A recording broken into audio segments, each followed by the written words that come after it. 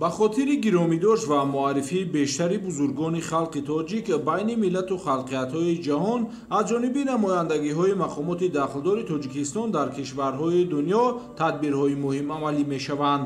Дар шаҳри Москваи Федератсияи Русия ба бузургдошти мутафаккири барҷастаи тоҷик Абуалӣ ибн Сино конферонси илмӣ байналмилалӣ бо ибтикори шӯрои ҷамъиятӣ назди Сафорати Ҷумҳурии Тоҷикистон дар Федератсияи Русия дар ҳамбастагӣ бо муассисаи буҷетии давлатии шаҳри Москва хонаи миллатҳои Москва баргузор гардид. Дар чорабинӣ намояндагони кишварҳои Ҳиндустон, Эрон, Покистон, Қирғизистон, Арманистон, Русия, коршиносон, алоқамандони осори илмию адабии Абуалӣ ибн Сино, олимону муҳаққиқон, донишҷӯёни муассисаҳои таҳсилоти тиббӣ, кормандони соҳаи тиб ва тоҷикони муқими Федератсияи Русия иштирок намуданд. Дар ҳамоиши байналмилалӣ ҷанбаҳои илмӣ назариявӣ, таҷрибаи амалии мутафаккири барҷаста дар илми тиб, андешаҳои фалсафӣ ва педагогӣ, дидгоҳи гуманистии шоир мавриди омӯзиш қарор гирифта, коршиносону муҳаққиқон дар робита ба ин мулоҳизаронӣ намуданд. Давоми солҳои соҳибистиқлолӣ ҳукумати Ҷумҳурии Тоҷикистон ҷиҳати гиромидошти чеҳраҳои тарихиву фарҳангии халқи тоҷик,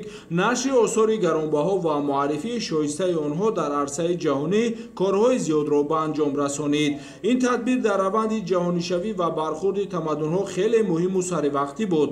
Он ба таҳкими бештари худшиносии тоҷикон дар дохил ва хориҷи мамлакат мусоидат намуд. Дар ҳамоиши илмӣ байналмилалӣ зикр шуд ки давлату миллати тоҷик бо нишони сипос ва қадршиносии фарзанди фарзона ва пуршарафи худ Абуалӣ ибн Сино дар мамлакат ба номаш чандин хиёбон, донишгоҳ, маркази омӯзишӣ ва ноҳияро гузошта, ба гиромидошти ӯ ҷоизаи бонуфузи илмӣ таъсис додааст. Муҷассамаи Сино яке аз зеботарин хиёбонҳои шаҳри Душанберо оро дода, таҷассуми хирад ва бузургии заковати ӯст. Ба қавли олими олмонӣ Бурхард Брентес, тоҷикон дар мисоли ибн Сино фарҳанги баландпояи халқҳои Осиёи марказиро таҷассум намуданд.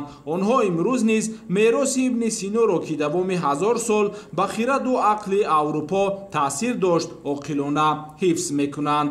Тавре пешвои миллат президенти Ҷумҳурии Тоҷикистон муҳтарам Эмомалӣ Раҳмон дар китоби чеҳраҳои мондагор таъкид намуданд, шайхураис Абуалӣ ибн Сино яке аз бузургтарин файласуфон, олимон, табибон ва адибони тоҷику форс буда, дар рушду камоли тамаддуни ҷаҳонӣ саҳми барҷаста дорад. Воқеан нақши барҷастае ки ибн Сино дар таърихи фарҳанги миллат ва башарият гузоштааст, номи ӯро барои аҳли ҷаҳон азиз ва ҷовидонӣ гардонидааст. Бо шарофати осори абадзиндаи хеш, ибн Сино имрӯз низ ҳамзамон ва ҳамқадами ҷомеаи башарӣ мебошад. Зеро ҳикмате ки инсонро ба роҳи рост ва худшиносии воқеӣ ҳидоят мекунад, бо гузашти замон моҳият ва арзиши бештар пайдо мекунад. Дар доираи ҳамоиш бо мақсади шиносоӣ бо ҳаёт ва фаъолияти олими бузург, филми мустанад, хонамузей, ҳуҷраи корӣ, асбоб ва лавозимоти истифодашавандаи тиббии замони Ҳаким ибн Сино ва китобҳо аз осори илмии ӯ пешниҳоди иштирокчиён карда шуд. Сипас осори тарҷумашудаи Абуалӣ ибн Сино ба забони русӣ муаррифӣ гардид.